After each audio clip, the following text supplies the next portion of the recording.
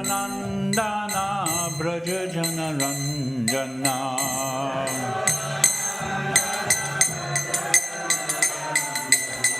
Yamunatira Manachari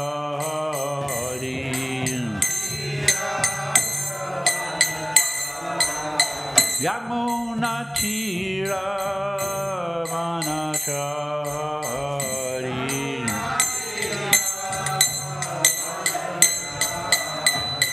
Jaya Radha Madhava Kunja Vihari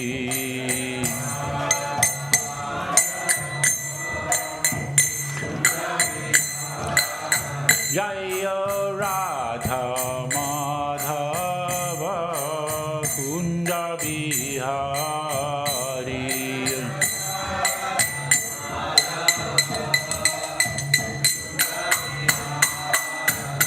Jaya Gopi Jana Vallabha Girivardhari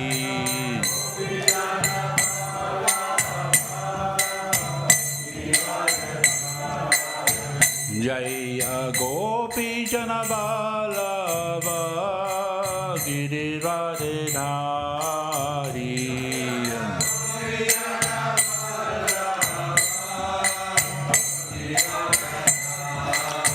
Yashodanandana Braja Jana Ranjana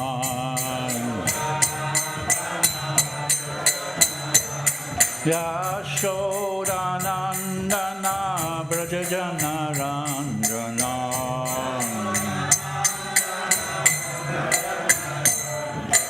Yamunatira Manachari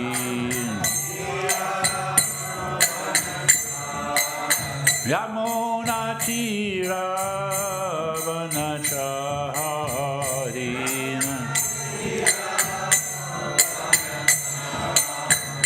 Jaya Radha Madhava Kunja Vihari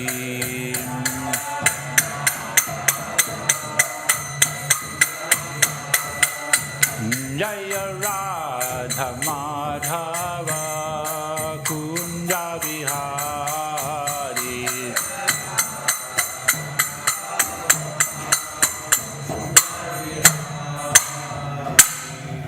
Jai Shri Radha Madhava Ki Jai Shri Radha Gokulananda Ki Jai Samveda Bhaktavinda Ki Jai Om Namo Bhagavate Vasudevaya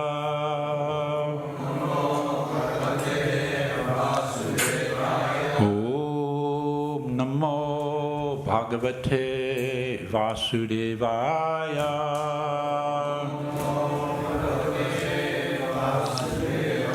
Om Namo Bhagavate Vasudevaya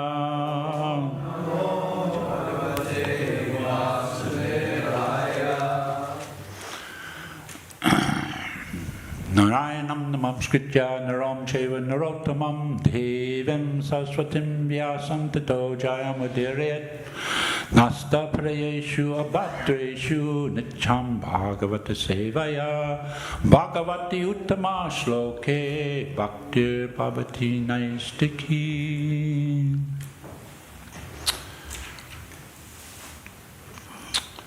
So, today, reading from Śrimad Bhāgavatam, what is the verse? Text 50? Is it written down? 50. Okay, it's up there. Okay.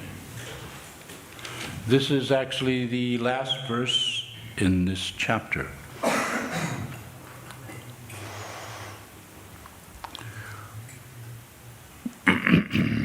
Ko nama loke purushartha sharavit. Ko nama loke purushartha saravit. Purakatanam bhagavat katha sudham. Purakathanam Bhagavat Katha Sudam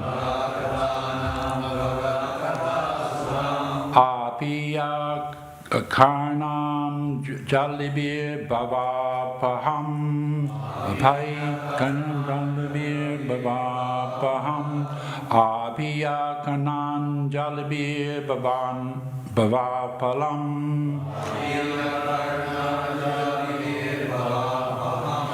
Aho Virajeta Vina Naretaram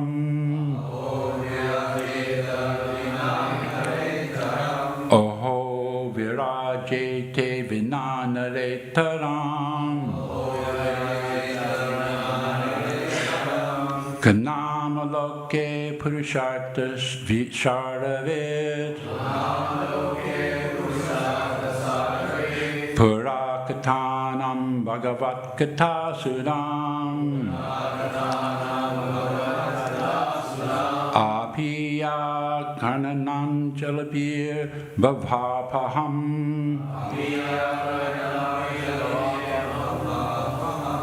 Aho Virajeta Vinanaretaram. Others? Konamaloke Purushartha Sharavid Purakathanam Bhagavat Katha Sudam Apiya Karnam Jalibir Bhavapaham Apiya Karnam Jalibir Bhavapaham Aho Virajeta Vinanaretaram Aho Virajeta Vinanaretaram Konamaloke Purushartha Sharavid Konamaloke Purushartha Sharavid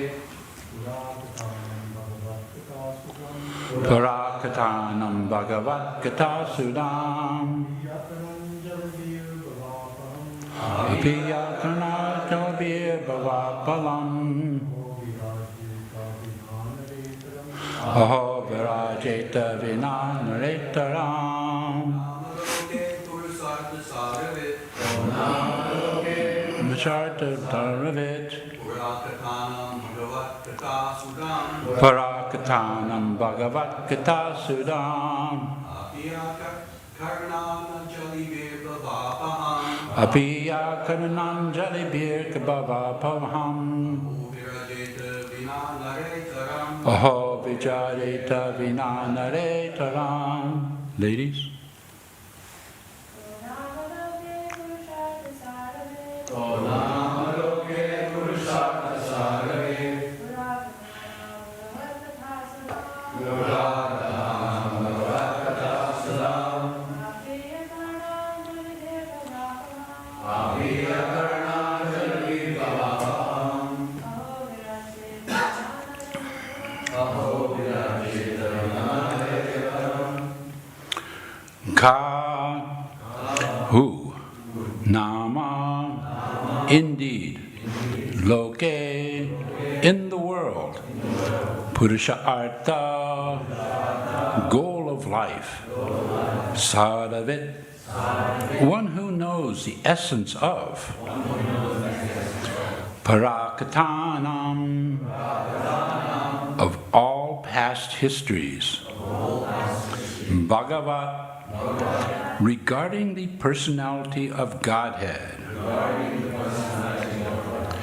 Katha Sudam the nectar of the narrations about the personality of Godhead Apiya by drinking Karna Anjalibi by oral reception Bhava Apaham that which kills all material pangs Aho alas Virajeta could refuse Vina except Nara Itaram other than the human being. Translation and purport by Srila Prabhupada. Srila Prabhupada ki jai. Translation: who, other than one who is not a human being, can exist in this world and not be interested in the ultimate goal of life? Who can refuse the nectar of narrations about the personality of Godhead's activities, which by itself can deliver one from all material pangs?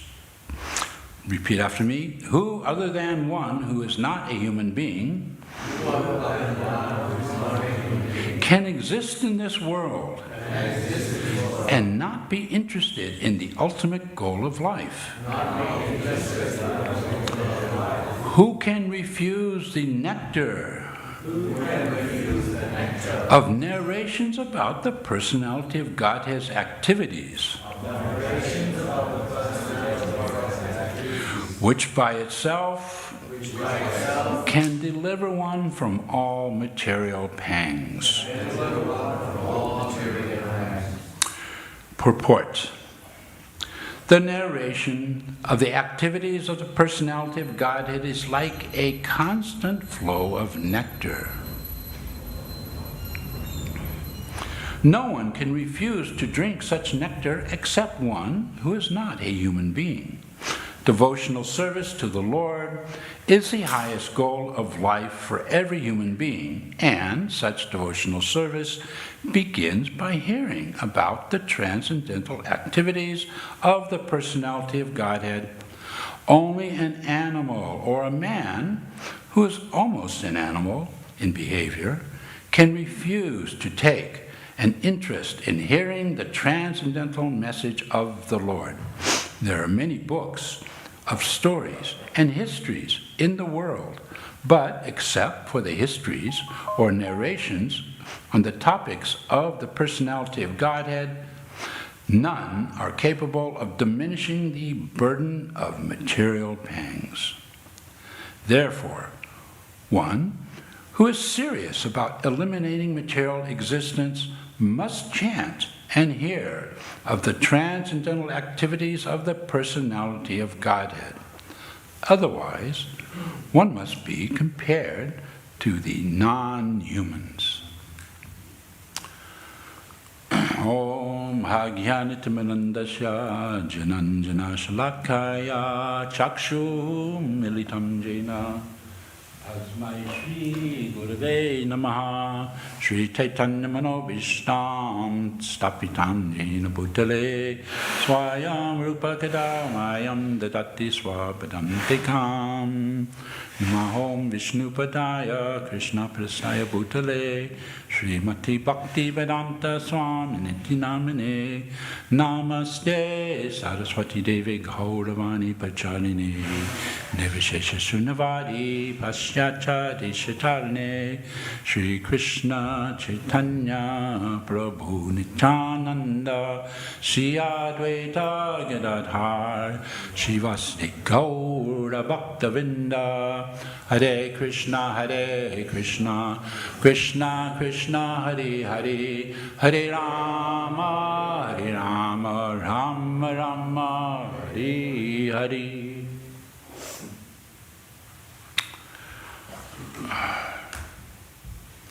Can someone help me put this in frame? I got it.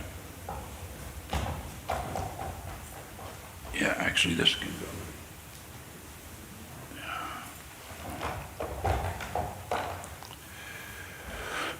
So, thank you very much for inviting me to come to Bhaktivedanta Manor and give Śrimad Bhāgavatam class. I'm actually not here that much.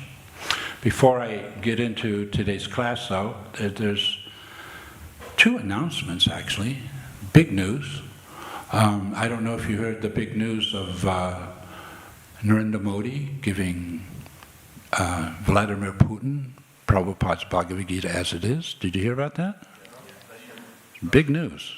This is big news. This will be a topic of discussion for quite some time, I believe. It's very important on the world stage what it means symbolically in so many ways. And of course the other the big news everyone knows about from last week of Sevenbury Place. But what a lot of devotees don't know is that actually Sevenbury Place is the birthplace not only of Radhalandanishvara, but of Radha Gokulananda. Do you know the history? Yeah, actually it was between 72 and 73, Radha Gokulananda were sent from India. They were there first at a Delhi Pandal that Prabhupada spoke at, and Prabhupada said, send them to London. Okay, the only temple in London at that time was Sevenbury Place. So Radha Gokulananda spent about a year in the Pujari room of Radha Landanishvara.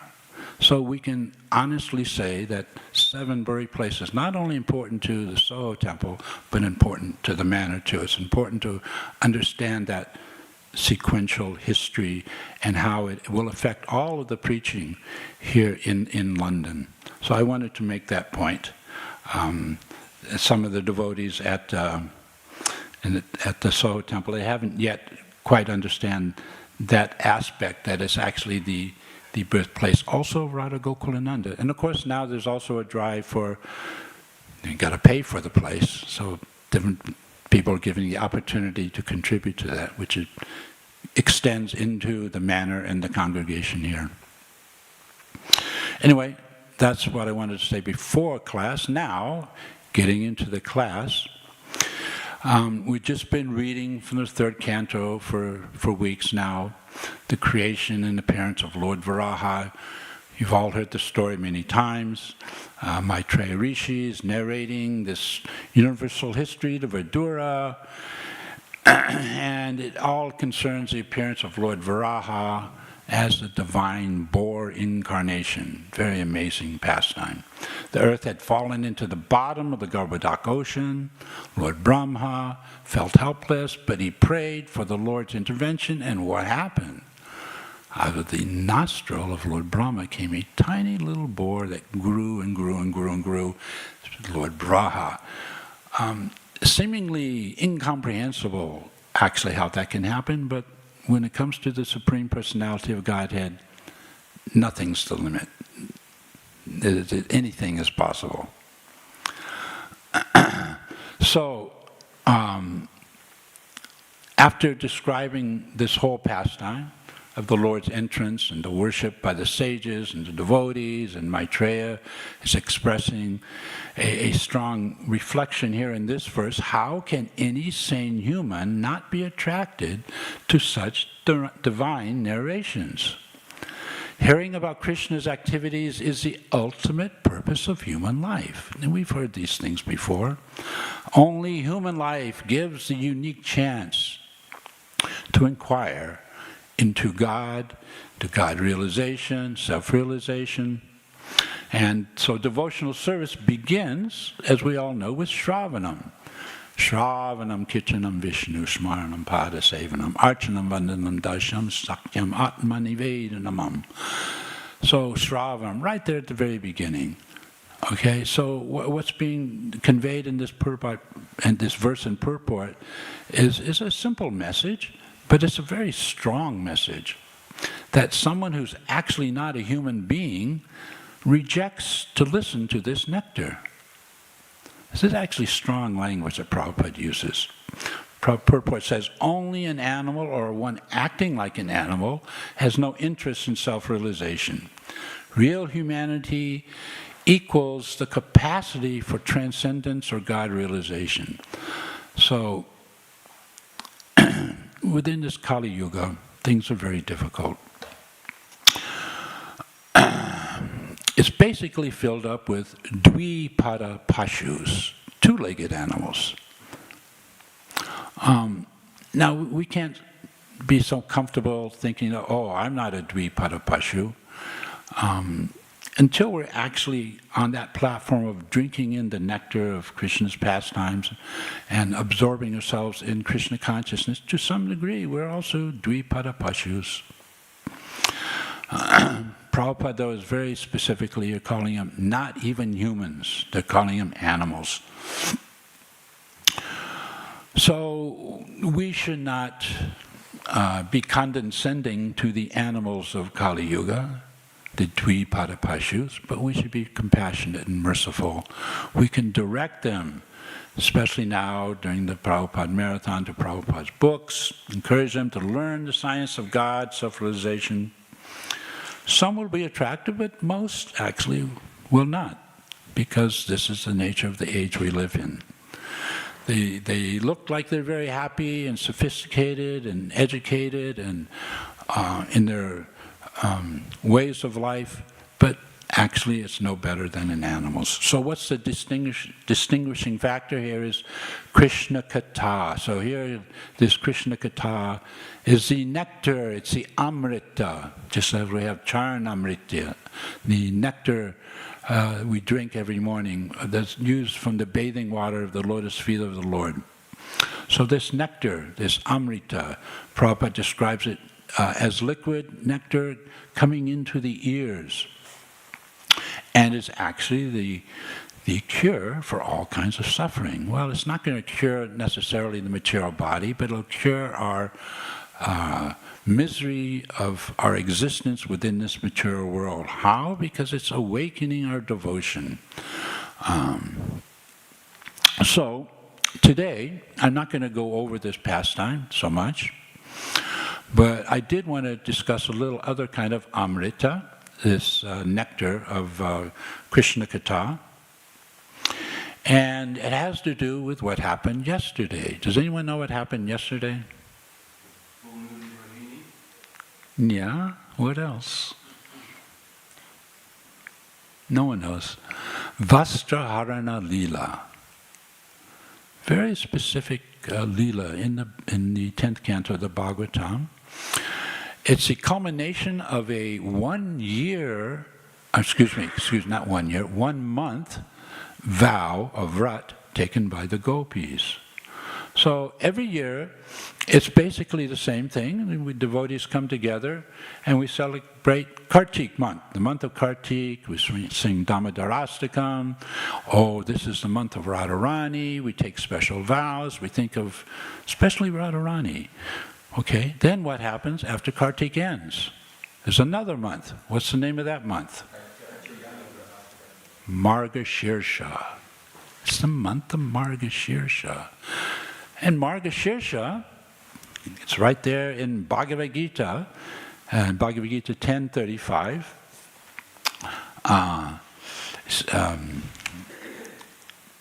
The verses of the hymns in the Samaveda, I am the Brihat Sama, and of poetry, I am the Gayatri. Of months, I am Margashirsha, November, December. And of seasons, I am flower-bearing spring. So Krishna is saying here in Bhagavad Gita, after Radharani's month, Kartik is Margashirsha, that's his month.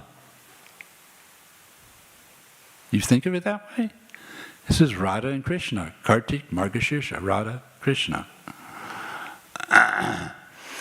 So in that purport to Bhagavad Gita, Prabhupada states that the month of November-December is considered the best of all months because in India, grains are collected from the fields at this time and the people become very happy. Okay, that's nice.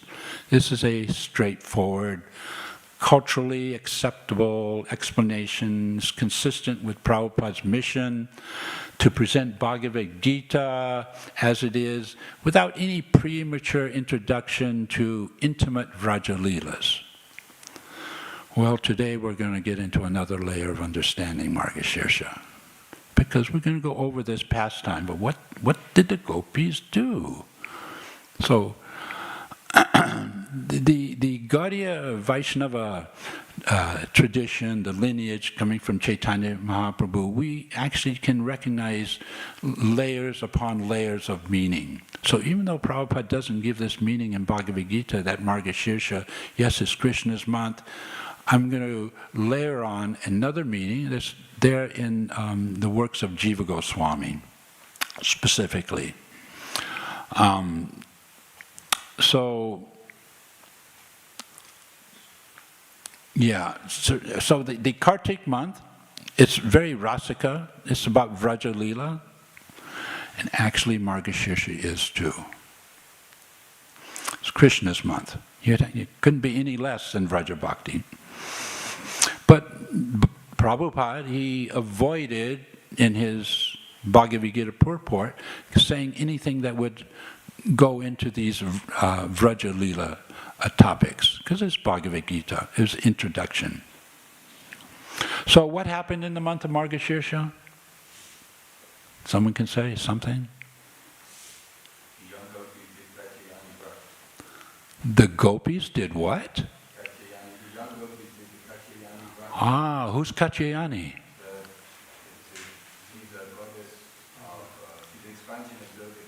She's Durga? Didn't the gopis not get the message from Bhagavad Gita not to worship the demigods? What happened? Oh, Yoga Maya. Oh, very good. Thank you very much, Adi Guru. Yes. There is a distinction when it comes to Katyayani, Durga. The gopis were worshipping Durga. Yes, but Prabhupada explains in Krishna book and in other places, their worship of Durga was not like the mundane worship of Durga that goes on in the world today. That worship of Durga is the worship of Mahamaya. But the gopis' worship of Katyayani is the worship of Yoga Maya. So what's this Mahamaya, Yoga Maya dichotomy? Actually, Durga, I just have written a recent article in Back to Godhead. The name of the article, Mahamaya or Yoga Maya, ? The confusion of illusion. Because this personality, Durga, she's actually kind of got a split personality.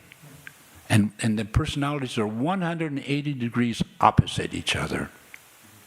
So the gopis were not worshipping Maya Devi, they were worshipping Yoga Maya. Okay, so I don't want to get into a whole explanation of this. There's a lot that I want to cover today, but where is Yoga Maya in our worship? Can anyone say? How do we worship Yoga Maya? Yes? Very good, Lady Subhadra. So not here, but at the Soho temple, you have Jagannath Baladev Subhadra. And actually, Jagannath deities were the very first deities within the Hare Krishna movement in San Francisco, 1967, right just before the very famous summer. What was that summer called in San Francisco? Ah, very good. You know your history. So, the Summer of Love came in Jagannath Baladev Subhadra, and the devotees were asking Prabhupada, when he's called Swami, oh, Swamiji, can you tell us about Subhadra? And so Prabhupada would explain, yes, Subhadra is Krishna's sister, but we don't worship her. She's Durga, but we don't worship her as Mahamaya, we worship her as Yogamaya. So Prabhupada gave a wonderful example that illustrates this to those early devotees, and it's also there in his purports. This Durga, this Shakti energy, this manifestation ultimately is coming from Radharani, from Rama Devi. In the spiritual world, there's the Vaikuntha planets, Lakshmi Narayan manifestations. So one of the Lakshmi manifestations is not Rama Devi, Rama Devi. And from Rama Devi actually comes Durga. And then Prabhupada explains that Durga Devi, she controls actually the entire material world. She is the material world. She is that material energy. But then Prabhupada gives an analogy to help us understand this Yoga Maya, Mahamaya, Yoga Maya dichotomy. And the analogy is one of electricity. So with one electrical outlet, you can plug in your electrical frying pan and you can cook up a nice sabji, very nice. With that same electrical outlet, then you can plug in your refrigerator, freezer, take that hot sabji and cool it down. So it's the same energy, but opposite effects. One utilization of the energy cooks, heats, the other utilization of the energy cools down or can even freeze. So this is the nature of Subhadra. This is what was happening there in this Margashirsha month. The gopis had taken a very strict vow. Now, we're not advised actually in our tradition to follow in the footsteps of the gopis in this way necessarily, especially if you really understand the nature of this vow. It was really serious and very difficult. But we are advised to take shelter of Subhadra Devi. She is that same Yoga Maya energy. So sometimes devotees, they hear this and they get a little confused. Wait a second, I thought we don't worship demigods in the Hare Krishna movement, but actually we do, but in the right way. Just as also Hanumanji is on the altar here. Hanumanji is an expansion of Rudra, Shiva, but in his connection to the Supreme Lord, Lord Ram. Similarly, Subhadra is not worshipped independently, but in her connection to her brothers, Krishna and Balaram. Ultimately, Subhadra also connects us to Radha and Krishna. So, this is important to hold all this information there, that we can understand Margashirsha as a month, that it brings about external abundance for society. That's why in Krishna, Prabhupada is elaborating in his Bhagavad Gita purport, that it's bringing about this abundance on an external level for society, but on an internal level, it's also bringing about abundance for the devotees' hearts. Because here, the gopis, what are they praying for? What's their desire? Krishna, our beloved Krishna. They want to marry Krishna. Now, not that we want to necessarily marry Krishna, but we want to become Krishna's beloved. This is our desire, actually, in Krishna Bhakti. So this month, Margashirsha, so important. It's Krishna's month. So I'm going to try and unpack some of this a little more. The vow of the unmarried gopis girls was quite austere. They every morning would go to the Jamuna river and singing the glories of Krishna, they would take their bath.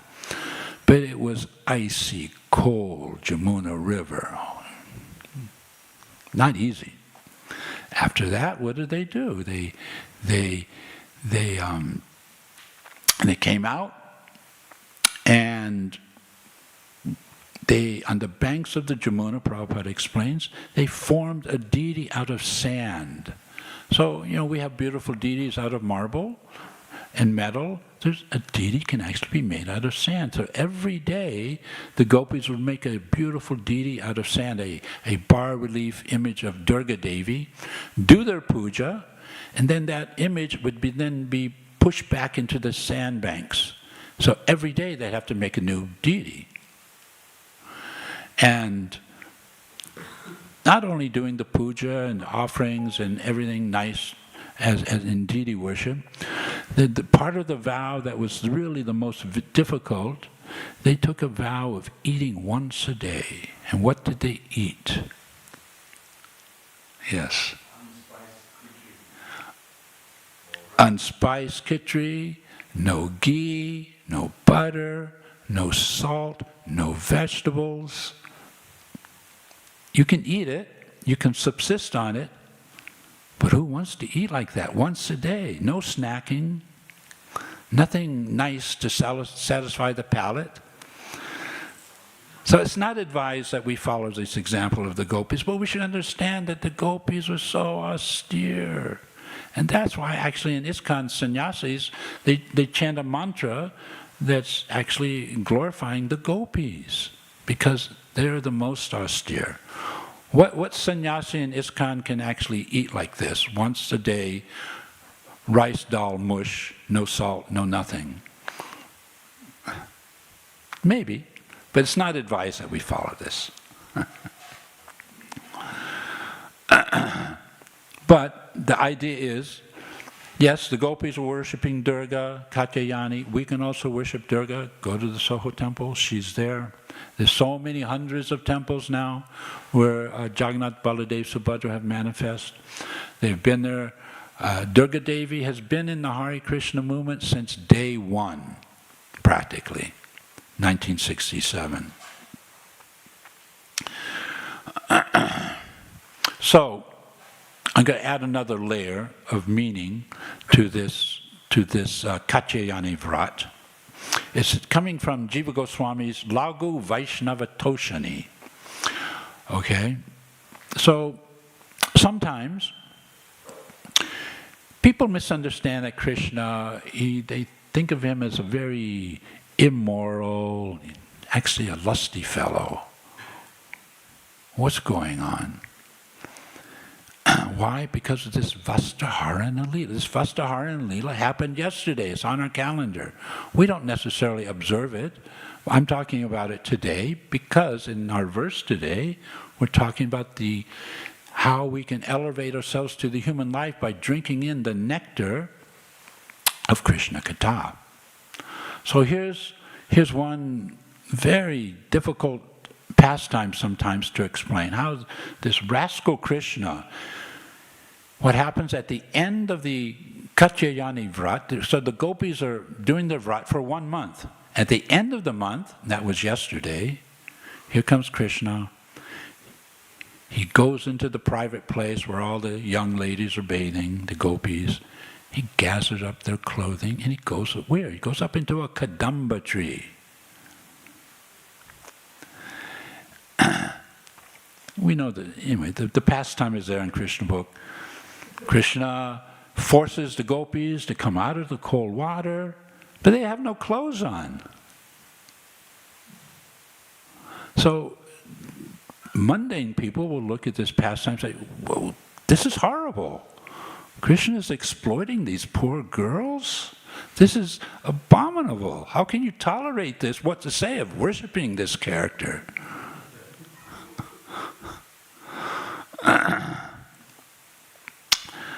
Okay, but this is from a materialistic perspective. Okay, now we're going to get into the Vraja Leela understanding what's really going on in this pastime. So, Jiva Goswami, he's looking at this Krishna stealing of the clothes as a deliberate, mystical kind of a device, a way to bring about the inner consequence of the gopis' vow. The gopis were vowing in this way, worshipping Katyayani. They wanted to get Krishna as their husband. So Krishna forced it upon them. Why? A young woman cannot be seen naked unless other than one's husband. This is normal human society, life. So this Jai Shishirada Gokulan ki Jai, Sitaram Lakshman Hanumanji ki Jai. So this pastime, it requires, we have to broaden our understanding. Just like, okay, Radha Gokulananda here, Radha and Krishna. The gopis, first of all, are all expansions of Radharani. We have to always keep that in mind. So this Vastaharana Leela is actually Radha and Krishna expansion. The gopis are not separate from Radharani. They are Radharani in different varieties of personalities and manifestations. Just as Krishna expands himself in different ways, Radharani as well. So this Vastaharana Leela is actually all about Radha and Krishna. Krishna is not fooling around with some unmarried ladies. He's basically exchanging in loving affairs with Radharani in the form of varieties of gopis. So by putting the gopis in the position of standing in front of him with no external coverings, it's also symbolic. It's showing their willingness to come before Krishna without any pretense. Complete freedom from ahankara, false ego. They're saying, yes, we are yours, Krishna. We don't mind coming before you. In the beginning, they tried to cover themselves. Then what did Krishna do, that rascal Krishna? He tells them, you've offended Varuna. Great offense. You're bathing in the river naked. This is an offense. Wasn't it an offense? No. But the gopis said, oh, we've offended Varuna? Yes, you're right. So how do we overcome that offense? Krishna said, okay, you have to bow down with your hands above your head and offer your obeisances to Varuna, further exposing themselves. But this is not to be taken as a mundane licentiousness or horrible activity on Krishna's part. This is part of the Leela and symbolic of how the devotee, in the presence of the beloved Krishna, has to come before Krishna in full humility, full surrender, freedom from all sense of ego. Simply, the only desire is how to serve the Lord. So this is important, like I was saying, to keep in mind that all the gopis are actually just expansions of Radharani. This is also explained in Rupa Goswami's Ujjvala Nilamani. And ultimately, Krishna is fulfilling the desires of the gopis in this Leela. So this Margashirsha, this is Krishna's month. Why? Because the gopis came before him in this full surrender, and this pastime of Radha and Krishna didn't culminate at that exact time in terms of Rasa Leela, but it was a precursor to what will be coming in months ahead. So Krishna is not lusty. Krishna is Atmaram. He's completely satisfied in himself. The Chaitanya Charitamrita gives a nice analogy. Atmendriya priti vancha tare bali kama, Krishnendriya priti icha dari premananda nama. The desire to gratify one's own senses is kama, lust, but the desire to please the senses of Lord Krishna is prema, love. So this is the nature of Radha-Krishna love exchange. Radharani loves Krishna so much, she expands herself into the gopis to please Krishna. And ultimately, it culminates in Rasa Leela. Krishna loves Radharani so much, he expands himself in many forms to please the gopis. It's an exchange of love. There's no self-interest. There's actually no lust. And another place, this lust is compared to iron. Gold is compared to gold. So both are metals, but completely different properties and looked at in a different way. Love is compared to gold. Say it again? Love is compared to gold. What did I say? Gold is compared to gold. Love is compared to gold. Lust is compared to iron. I'm sorry, yes. So, Vastraharana Leela.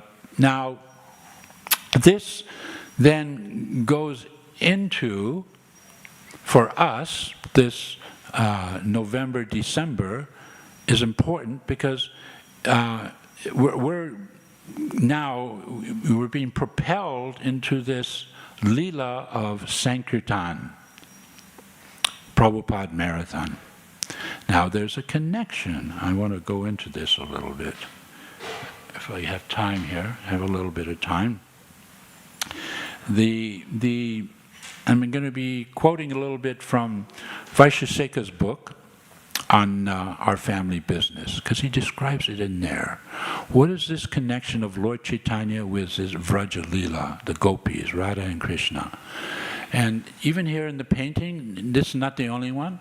You have the whirl of the lotus, the 1,000-petal lotus, Radha and Krishna. Off in the corner, though, is Lord Chaitanya. So this Vraja Leela and Navadvip Leela of Lord Chaitanya, they actually go together.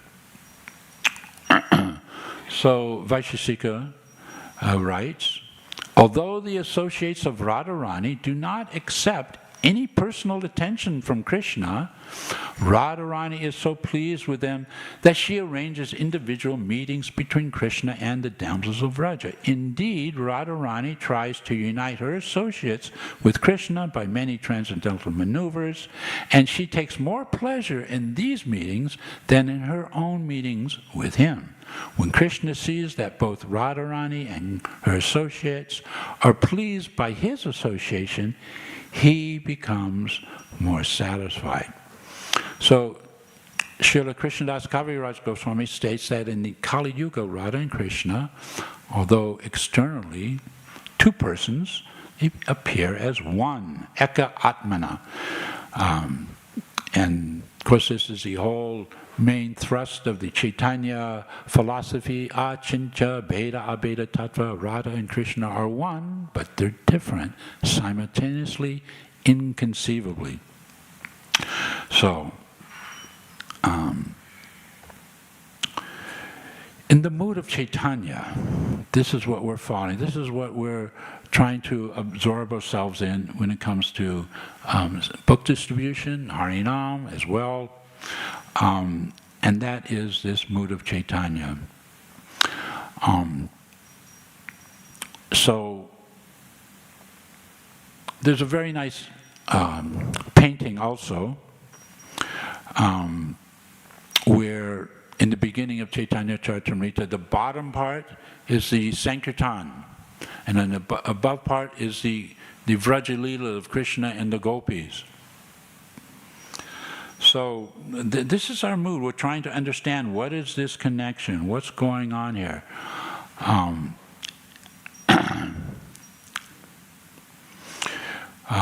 Again from Vaishesheka's book, Srila Prabhupada showed this relationship between Lord Krishna and Lord Chaitanya's pastimes graphically by commissioning one of his artists to paint that first illustration. The work depicts Lord Chaitanya and his associates dancing in Sankirtan on the bottom half of the canvas, and Lord Krishna and the gopis in the rasa dance on the top half.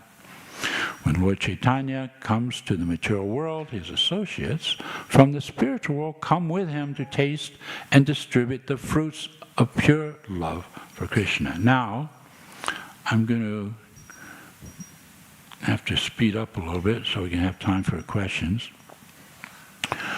So, this mood of the gopis and Sankirtan, it's an esoteric principle, but we have to be able to apply it within ISKCON. So, Vaisheshika refers in his book on book distribution to the old days, 1974.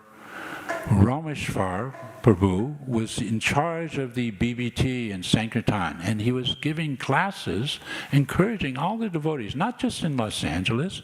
His classes were being distributed all over the movement, all over America. This is way before internet. We could do it easily. And some of his classes were, creating somewhat of a controversy. So Rameshwar explains it this way. He said, I began to see that the Sankirtan devotees in direct contact with the storehouse, they were in direct contact with the storehouse of love of Godhead. That Lord Chaitanya had broken open 500 years ago, this storehouse of nectar. And the Sankirtan devotees were contacting that nectar through the grace of Prabhupada and Prabhupada's books. So Prabhupada had brought that same storehouse to the earth. The Sankirtan devotees were connected to Prabhupada, and therefore that divine energy of Chaitanya, because Chaitanya is in the mood of Radharani, the Sankirtan devotees were ecstatic. So in his lectures in New Dwarka, Rameshwar would repeatedly refer to the service of book distribution as a tasteful arrangement for souls to be joined in loving service to Krishna, a service that follows the mood of the gopis of Vrindavan. Rameshwar recalls that his classes about Sankirtan were going out to all the temples to enliven the book distributors, but some devotees doubted his conclusions. So one Mataji, book distributor, her name is Nandulal Devi Dasi. she wrote to Prabhupada. She said, they have this, actually what she wrote, and then I'll give Prabhupada's reply so you understand this without my elaborating too much. So this is Nandalal's letter to Prabhupada. I have heard Rameshwar Prabhu in Los Angeles say that when we are performing Sankirtan, we are engaged in the Leela of Lord Chaitanya. Lord Chaitanya is the union of Radha and Krishna, and he explained that just as Radharani is even more anxious to arrange for the other gopis to meet with Krishna than she is for herself to meet Krishna, and that the other gopis are also always trying to think of ways in which to arrange meetings between Radha and Krishna. So when the devotees are going out and trying to engage the suffering conditioned souls, actually what we are doing is trying to arrange for some of her lost souls to meet with Krishna once again. And that this is the Leela of Lord Chaitanya. It's kind of a run-on sentence, but it's very nice. Then she asks, is this the proper understanding of Sankirtan? Prabhupada's reply came in June 1974. The explanation given by Rameshwar that Sankirtan is Lord Chaitanya's Leela, which he compares to the gopis trying to engage in Krishna's service, is the correct understanding. Now it's interesting, nowhere does Prabhupada make this connection himself. Here he's making it indirectly by saying that these lectures given back in 1974, when book distribution was just taking off, it was very new. Here Prabhupada's saying, yes, this is actually the correct understanding.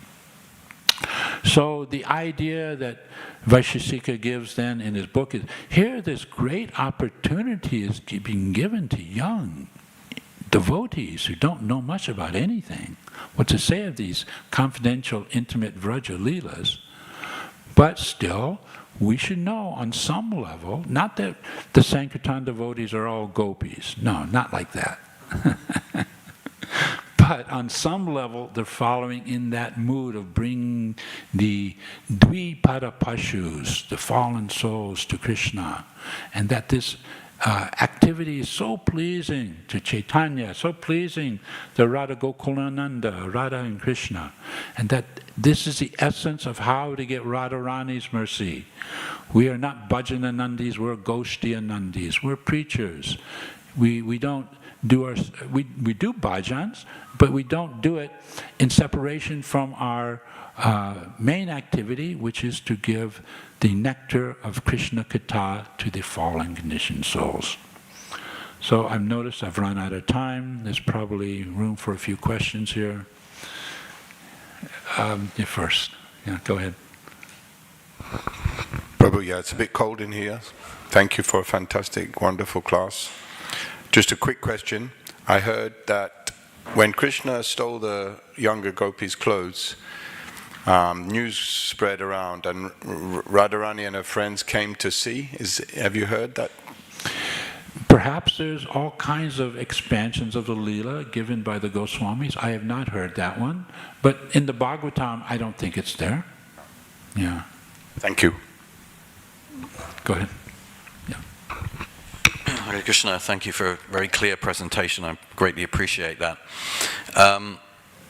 One question I have regarding demigod worship. In the Bhagavad Gita, Srila Prabhupada states that devotees reject the ghastly and horrible forms of the demigods and only worship the all blissful forms of Lord Vishnu and his plenary portions. Could you please explain what he means by the ghastly and horrible forms of the demigods? Perhaps he's referring to Kali, kind of ghastly. Is that what you're referring to? Yeah. Okay, but Kali is also Durga, but in a fierce form. So we also have the pastime in the 5th canto of Jad Bharat was brought before the deity of Kali by the dacoits, and they were getting ready to sacrifice him. And what happened? Kali came out of the deity, kind of similar to Nrsingadev coming out of the pillar. Kali came out of the deity form And you have that wonderful BBT artwork. You know what I'm talking about, where Kali's there with her associates, and they're tossing around the heads, because the heads got severed, and they're drinking the blood. So it's like, you know, playing soccer with the heads and drinking the blood. It's kind of ghastly. But Kali came to protect the devotee of Vishnu. That's her. She's Durga. She's Vaishnavi. Just like we have the understanding of Lord Shiva, the topmost Vaishnava, Durga is the topmost Vaishnavi. So Durga, Kali, when properly understood in their relationship to Krishna and Krishna Bhakti, they are our gurus. They teach us how to advance in Krishna Bhakti. Of course, the opposite is, if they're approached with not in the relationship of understanding Krishna Bhakti, they will keep you in the material world. That's the Mahamaya, keeping you in the material world. So there's that Mahamaya, Yogamaya is something we have to understand. It's there in all aspects of the demigods. Even Saraswati, she has a negative side, she has a positive side. Shiva has a negative side, he has a positive side, as Gopeshwara Mahadev. Lord Chaitanya worshipped Lord Shiva in Varanasi, Prabhupada says, on a regular basis. So we have to understand how to understand that relationship. It's not that we reject the demigods completely. We integrate them into our Krishna consciousness with proper understanding how they are devotees of Krishna, not only just devotees, but supreme devotees. And they can be petitioned in a correct way. Now, we don't necessarily do that. It's not the way ISKCON is set up. But again, Lord Shiva is on the altar here in the form of Hanuman.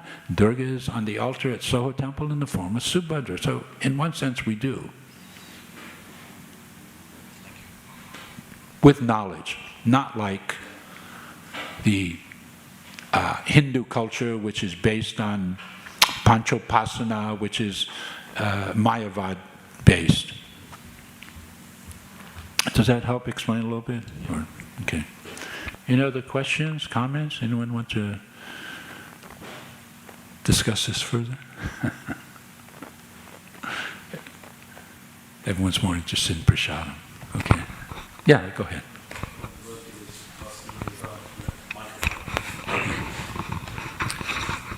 One devotee was asking about the tattva of Lord Shiva. Is he Vishnu or is he a demigod, a jiva?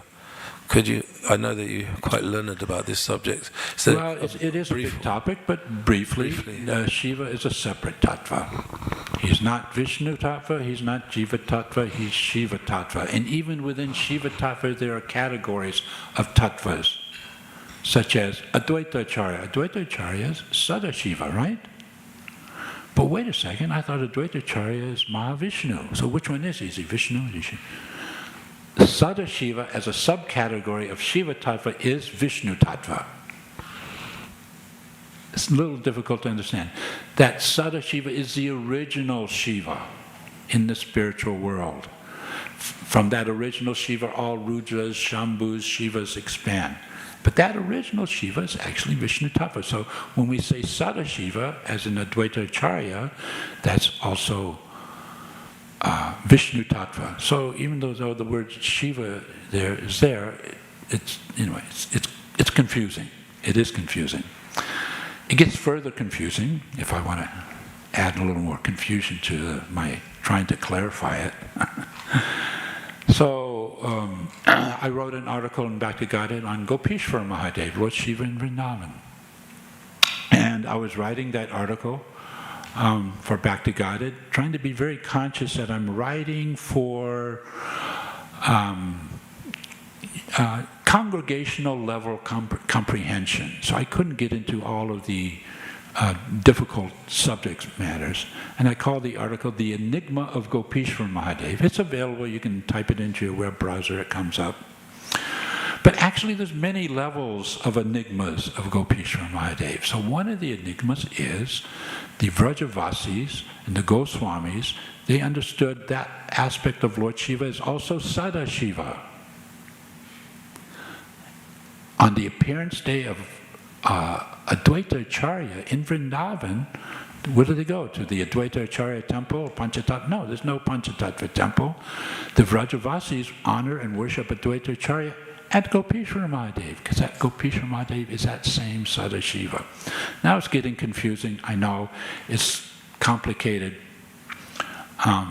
but Shiva Tattva and Vishnu Tattva are very closely interrelated. Of course, the analogy in Brahma Samhita, the milk is Vishnu, the yogurt or the curd is Shiva. In one sense they're the same, in another sense they're different. You cannot take the yogurt and turn it back into milk, so it's like that. But yes, the point is, when it comes especially to Shiva, we cannot tell people, when we're preaching to people, Krishna's good, Shiva's bad.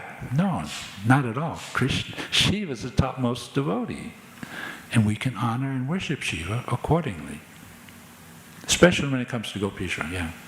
And the glance of Mahavishnu. Yes. And the glance of Mahavishnu. Yes. But what exactly? Yeah, again, it's complicated. That glance of Mahavishnu is Sadashiva. So, in other words, Vishnu does not come in contact with the three modes of material nature. That comes through Shiva.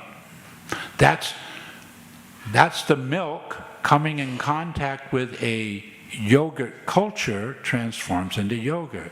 So the glance of Vishnu coming in contact with the three modes of material nature transforms into Shiva. So in that sense, Shiva, Shakti, they're mom and dad. Yeah. Yeah. I hope I'm clarifying it, because it's confusing. Yeah. Go ahead. Yeah, Hare Krishna. Thank you, Prabhu, for the class.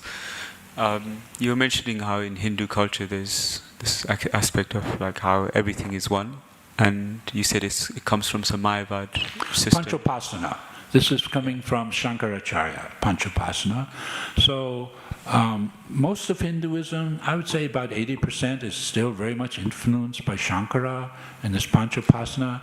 Doesn't matter who you worship. You like Shiva, worship Shiva. You like Durga, worship. Hey, Ganesh, so cute. Let's worship Ganesh. He removes obstacles.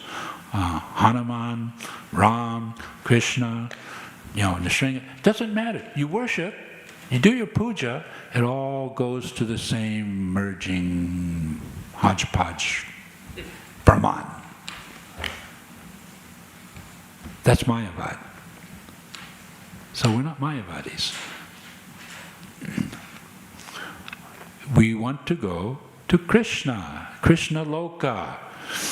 You have to worship Krishna. Ultimately, you have to worship Radha and Krishna. Even some devotees may not be comfortable with this Vraja mood. They like Lakshmi Narayan, Sitaram, Lakshman. That Krishna, such a rascal, fooling around in Vraj. Well, at least Ramchandra, he had one wife. He was solid. He's no exploitation, right? So some people are more devoted to Ramchandra, that mood. Aishvarya Bhav or Lakshmi Narayan or Ram. So those places are also there in the spiritual world. The Hare Krishna movement, though, we do have a specialty, you could say, and focus on Radha and Krishna, because that's in our tradition. As Lord Chaitanya is Radha and Krishna, coming to give us pure prema bhakti, to take us back to Goloka Vrindavan. It's all there in the Hare Krishna mantra. The Hare Krishna movement is a very sophisticated philosophy, or it's as simple as 3 words, Hare Krishna and Rama. You can make it as complicated as you want, or you can just chant Hare Krishna and be happy. So, and everything else in between.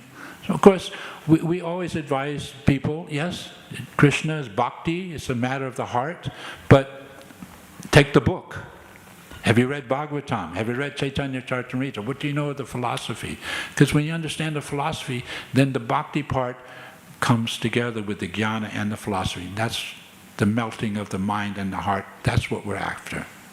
Otherwise, the bhakti can be, sentimental or even sahaja, these kind of influences. So we're always bringing the heart and the mind together, the bhakti and the jnana together.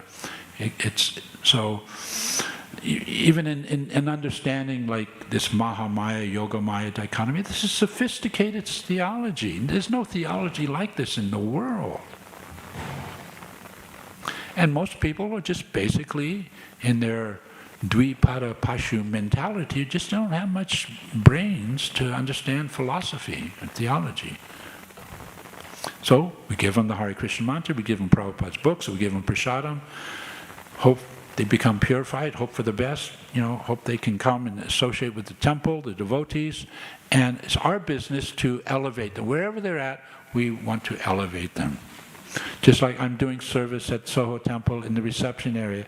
Everyone who comes through that door, I have to understand, somehow or other this person is a devotee of Krishna. They've come to Krishna's temple. How can we help elevate them? So anyone who comes to the manor, they're not simply, you could say, mundane Hindus. Well, maybe they are, but we don't want to be condescending and think like that. I'm better than they are. We have to help elevate them with knowledge, with the books, especially now, Prabhupada Marathon. So, yeah, thank you very much. The Kartik, Margashirsha leads right into Prabhupada Marathon time. So I hope we can all go out there with great enthusiasm to help deliver the fallen souls. But I think we should end here. Unless someone else has another question? Okay. If anyone wants to go for prasadam, they can, I'm sure.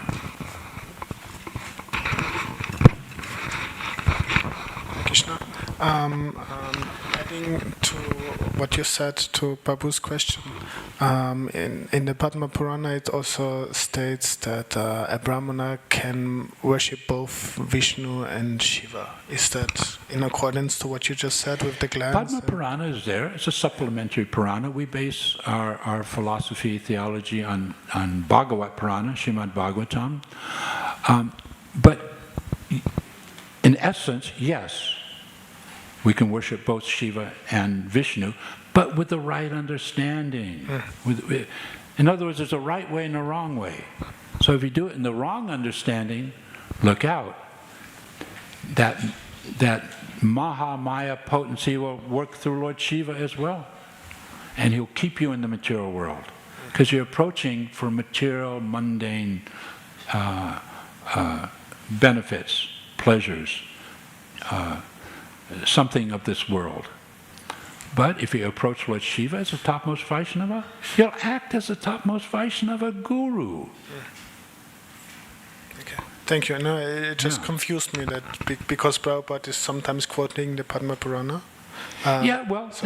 Sure, we can quote Padma Purana. I don't know exactly what you're referring to in your quote, but in essence, it's true. A Brahmana can worship both Shiva and Vishnu with the proper understanding. You have to put that qualifying, aspect in there, because if it's without proper understanding, there's going to be trouble in the spiritual life. You'll think Shiva and Vishnu are one, or the ultimate goal is impersonal Brahman, or what. So many issues can be there. And that's what basically goes on within the Hindu world, is a lot of misunderstanding. So Prabhupada came to train us up to become Brahmins so that we can educate all levels of society what the actual essence of Sanatana Dharma is, Padma Purana, Śrimad Bhāgavatam, everything. And now we have Narendra Modi giving Putin Bhagavad Gita. This is a big deal. This is going to start a lot of conversation, I think. Very good for the devotees preaching. Thank you. Hare Krishna. Jai Śrīla Prabhupada ki jai. Samved Bhaktivinoda ki jai. Hare Krishna.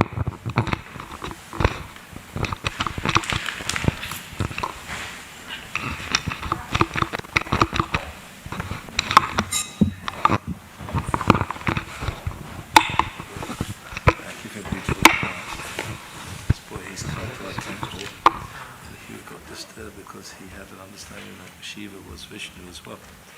So he's appreciating your class.